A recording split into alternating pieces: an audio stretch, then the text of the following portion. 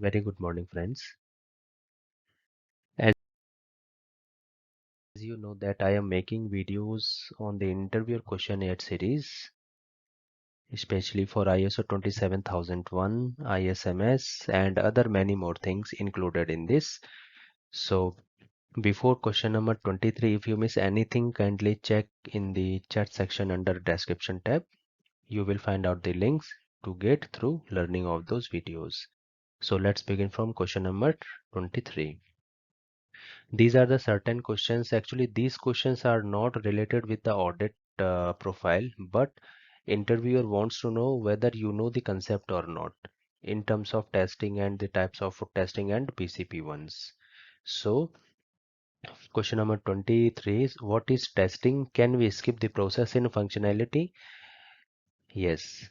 It involves testing of all components modules under the required services to confirm whether it is satisfying the specified requirements or not. Means testing हम बोल सकते हैं कि किसी भी software को हम प्रोडक्शन में लोड करने से पहले उसको हम लोग प्रोडक्शन में लाने से पहले उसको internally we will test those products. इससे हमारा टेस्टिंग में क्या चीज़ होगा, जैसे कुछ भी अगर बग है, राइट, तो वो बग हम लोग उस पर्टिकुलर बग को सॉल्व करने की कोशिश मतलब कर सकते हैं। नेक्स्ट क्वेश्चन है can we skip the process in functionality? No, we can not skip the process of functionality because जो टेस्टिंग फेज है वो हमें हमारा जो सॉफ्टवेयर है उसकी परफेक्शनिस्ट को इंडिकेट करेगा। जैसे अगर हमारा सॉफ्टवेयर में अगर जैसे जीरो बग आइडेंटिफाई हुआ है during testing phase, that means we are eligible to move that particular product from UAT environment to production one. So testing is nothing but it is a UAT phase in which we will test the application of software via user testing. If any bug found in this phase, we will remodify the software or product to move in production. This is what is testing and the functionality uses. Next question is what are the types of testing? Yes, these questions asked by interviewer many times. As I earlier said that these questions are not related with the interview profile, but as an interviewer he wants to know whether I or you know the concept or not of particular testing phases. So there are three types of phases of fruit testing like black box, white box and gray box. So let's begin with black box. Black box means it is a testing method in which functionality of software applications are tested without having the knowledge of internal code structures, implementations, details and internal paths. Means let's say an example, I am a tester and someone has provided me to test a particular software because I had not developed that particular software, right? So I don't know even the whatever the particular language or coded they have used in, but I can check the functionality one. That means I will provide the input and I will check the input as well. So this is what the particular black box testing is doing.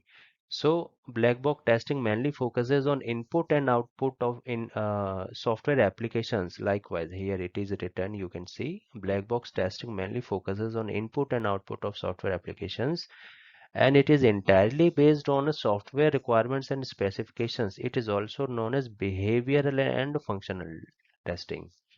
So black box testing is also known as functionality test and behavioral test as well.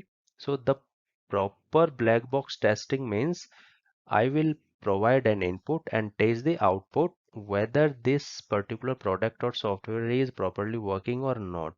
It doesn't mean no no matter whether you have developed the code, whatever the languages in the software has been used, there is no need to know the implementation phases there. Only uh, the tester have to provide an input and check the output. This is what the black box testing is having. Next one is white box.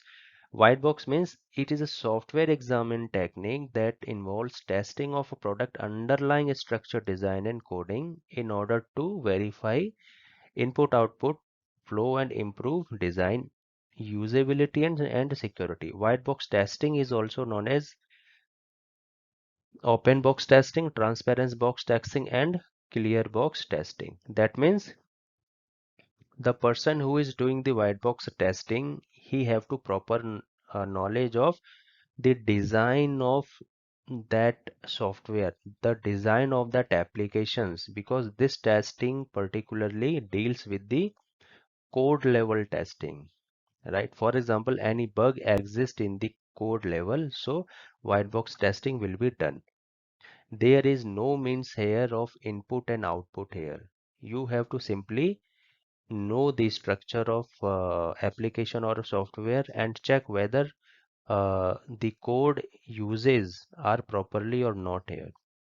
So this is also known as open box testing and transparent box testing, also known as clear box testing.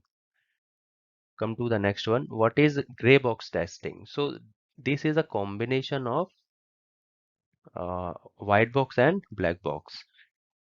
It is a software testing technique to test a software product or application with partial knowledge of internal structure of the application.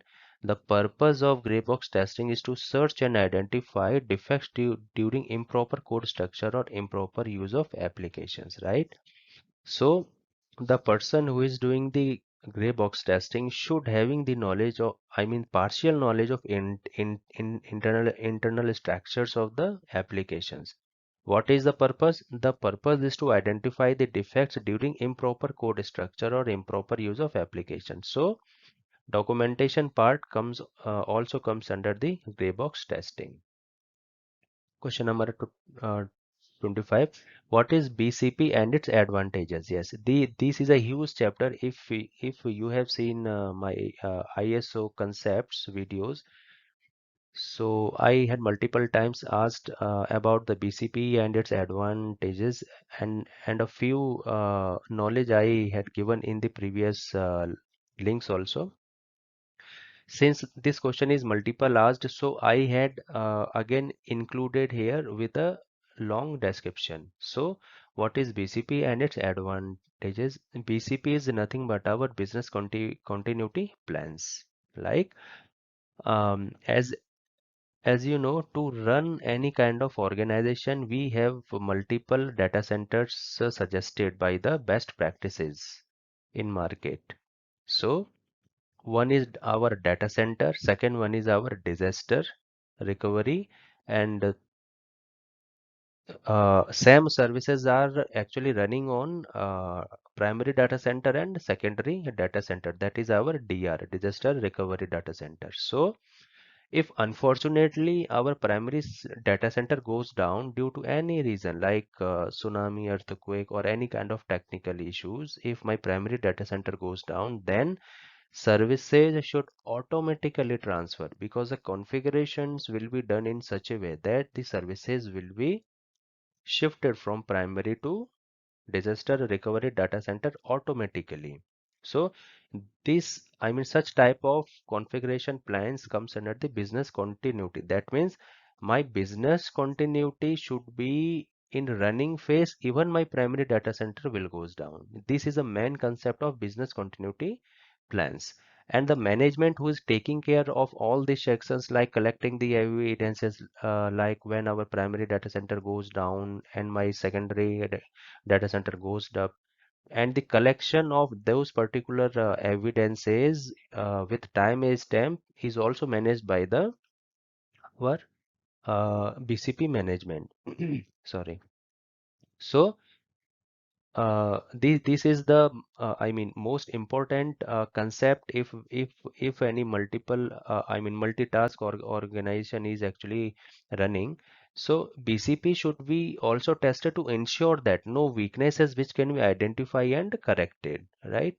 And BCP is designed to protect personnel and assets and to make sure that they can function quickly when disaster strikes, as I said earlier. Now, what are the advantages here? That means keep your business trading during and after an incident. For example, um, any organization deals with the transactions sectors. So let's say a bank, and bank is dealing with the trading parts as well, like in the stocks and markets, etc.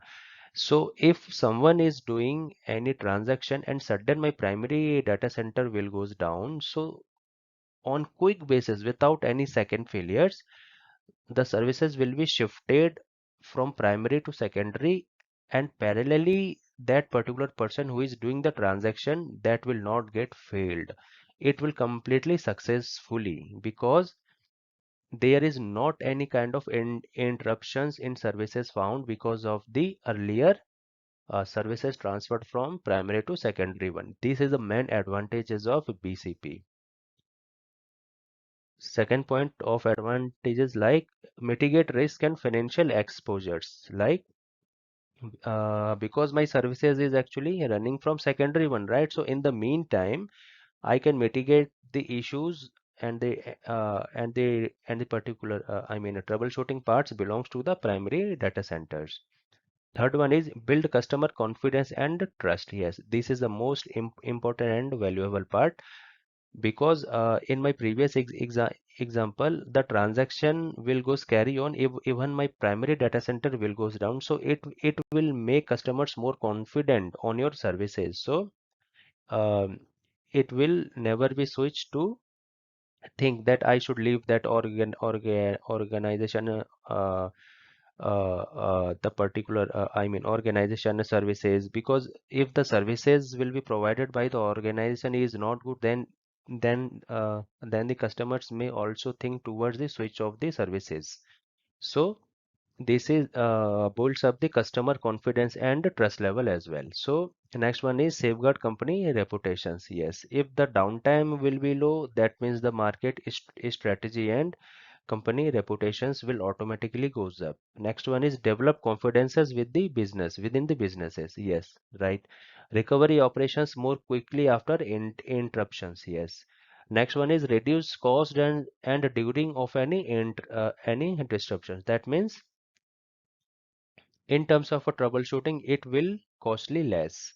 Otherwise, if for example you don't have the BCP one, then for troubleshooting purposes you have to think from the zero level, right? And parallelly the particular I mean frustration of a customer will goes high. So I mean this not looks good. If any organization wants to make his reputations in market, then organization should have BCP management. So friends, how